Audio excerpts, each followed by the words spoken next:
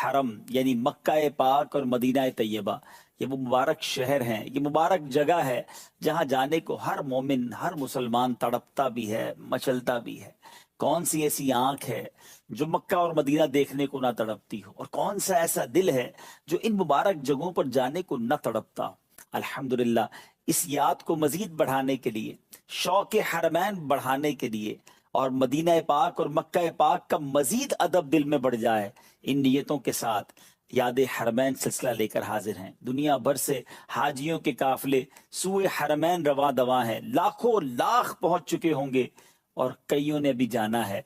अल्लाह मुझे और आपको भी ये सफर बार बार नसीब फरमाए। पिछले 2 सिलसिलों में हमने मक्का पाक के फजाइल, तवाफ के फजाइल, खास खाना काबा की बरकतें, और फिर हजर अस्वद की तारीख, मकाम इब्राहिम और सफ़ा और मरवा के बारे में भी शानदार बातें सुनी। आज से इंशाअल्लाह हम हज और उम्रे पर जाने वाले आशिकाने रसूल का अंदाज सुनेंगे।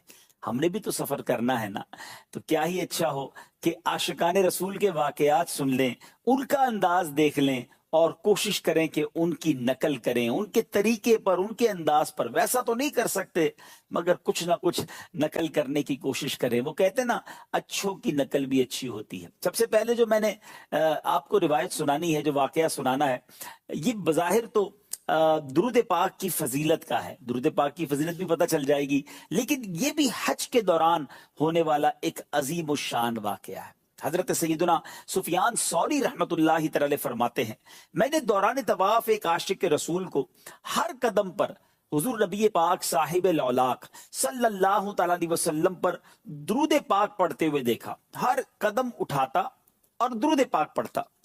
तो मैंने पूछा, भाई सुभान अल्लाह, ला इलाहा इल्लल्लाह के बजाय सिर्फ दुरूद पाक पढ़ने में क्या राज है? तो उसने मेरा नाम दरियाफ्त किया, फिर कहा कि मैं अपने वालिद गिरामी के साथ हज के लिए चला था। याद रहे नाजरीन, पहले के जमाने में जो काफिले थे ना, वो ऊंटों पर और घोड़ों पर चलते थे, कारवान होते थे, पैदल भी लोग चलते थे, और तवील सफर होता था। तो वो कहते हैं कि सफर के दौरान जो है वो मेरे वालिद साहब की तबीयत खराब हुई, और एक और आफत ये आई कि वालिद गिरामी का इंतकाल हो गया। अब जब वालिद साहब का इंतकाल हो गया तो चेहरा भी सिया पड़ गया।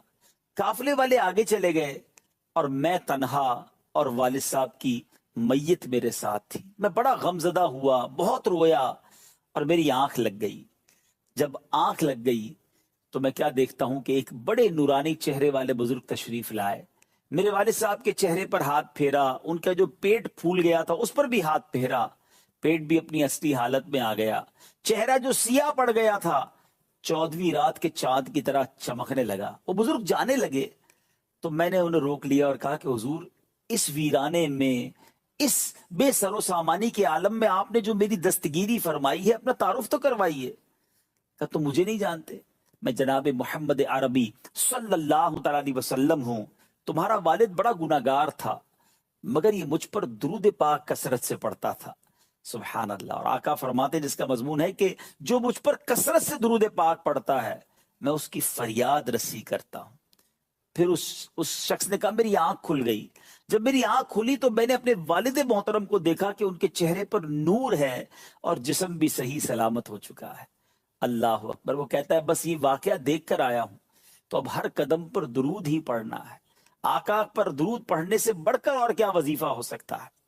ऐ मेरे मीठे इस्लामी भाइयों, आपको भी और मुझे भी चाहिए, अगर मुश्किलों से बचना है, परेशानियों से बचना है, कदम कदम पर दुरूद पाक पढ़ते रहें। चलते फिरते उठते बैठते दुरूद पाक पढ़ते रहें। यकीन करें, ये दुरूद पढ़ना मुश्किलों से, परेशानियों से, दुखों से, कर्जों से, बेरोजगारियों से, बहुत सारी परेशानियों से इंशाअल्लाह बचाएगा। यकीनन सुलह हुदैबिया के बारे में आपने सुना होगा। मुसलमान तकरीबन 1500 की तादाद में सहाबा किराम हैं। हिजरत मदीना के बाद ये पहला मौका था कि एक काफिले की सूरत में उम्रा करने के लिए सहाबा किराम नबी पाक के साथ तशरीफ लाए। अब हुदैबिया के मकाम पर पहुंचे। अब हुदैबिया मक्का पाक से आज के दौर में देखें तो 100 किलोमीटर के करीब है, यानी करीब पहुंच चुके थे। 1500 सहाबा एहराम की हालत में थे, मगर अब ये इरादा था कि उम्रा करना है, मगर ये भी खौफ था कि कुफारान मक्का मक्के में एंटर होने देंगे कि नहीं, हमें मौका देंगे कि नहीं, क्योंकि बड़ी तकलीफ के साथ ये सहाबा मक्के से मदीने गए थे। अब एक सफीर बनाकर सैयदना उस्मान गनी रदी अल्लाह तआला अन्हु को मक्के भेजा गया कि वो जाके मुज़ाकरात करें और ये तय करवा लें, किसी तरह इजाजत मिल जाए कि ये सहाबा किराम नबी पाक के साथ जो है वो उम्रा कर लें।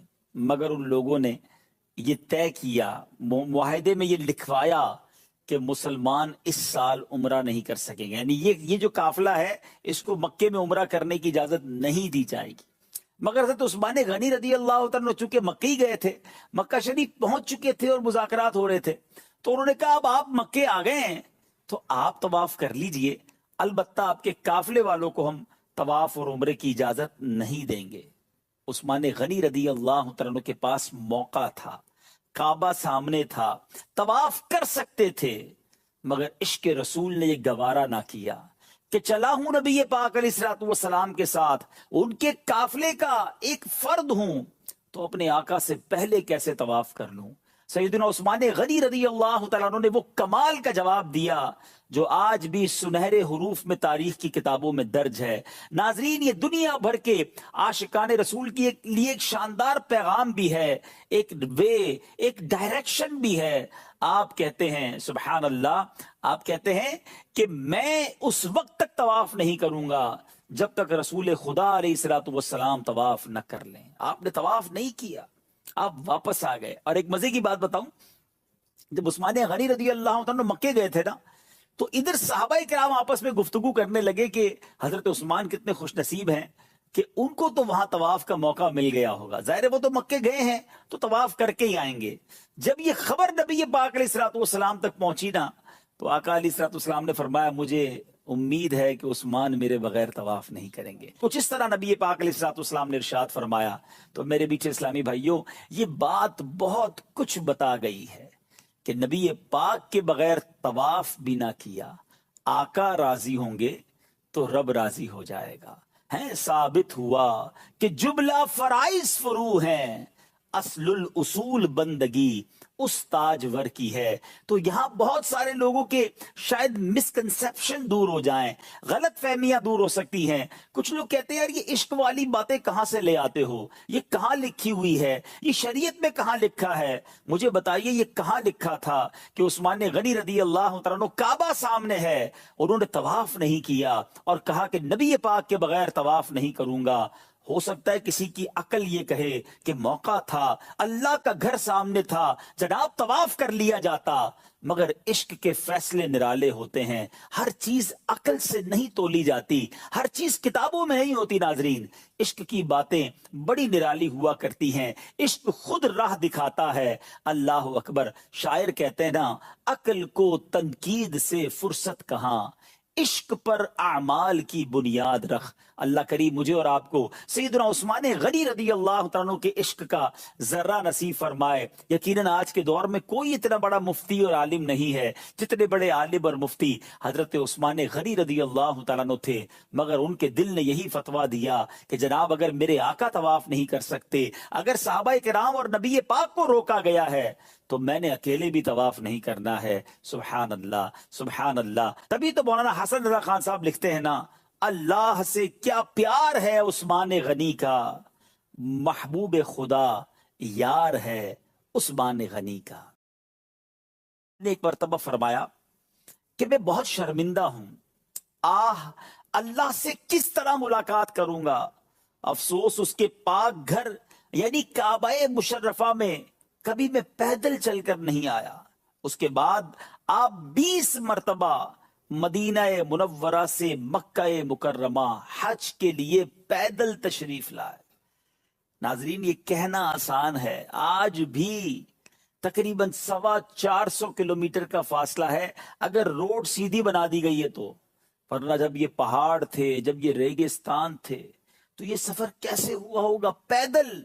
और एक बार नहीं, नबी पाक की आल हैं, प्यारे आका के नवासे हैं, जन्नती नौजवानों के सरदार हैं, मगर काबे का जो मकाम है, अल्लाह के घर की जो ताजीम है, जो खौफे खुदा का आलम है, 20 बार मदीना मुनव्वरा से पैदल हाजिर हुए मक्का मुकर्रमा हज करने के लिए।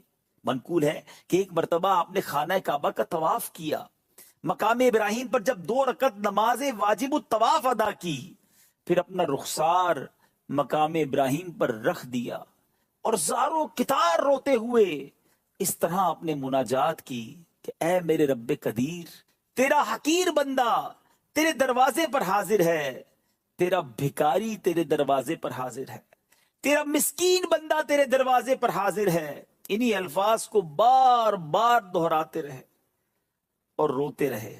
اس کے بعد مسجد الحرام سے باہر تشریف لائے تو آپ کا گزر چند مسکینوں کے پاس سے گزرا جو راستے میں بیٹھے ہوئے تھے اور صدقے کی روٹیوں کے ٹکڑے کھا رہے تھے۔ ان مسکینوں کو آپ نے سلام کیا، سلام کے بعد ان مسکینوں نے آپ کو دعوت دی کہ حضور ہمارے ساتھ بیٹھیے، نواسہ رسول ہیں، جنتی نوجوانوں کے سردار ہیں، یہ وہ ہیں جن کو پیارے آقا نے کاندھے پر بٹھایا۔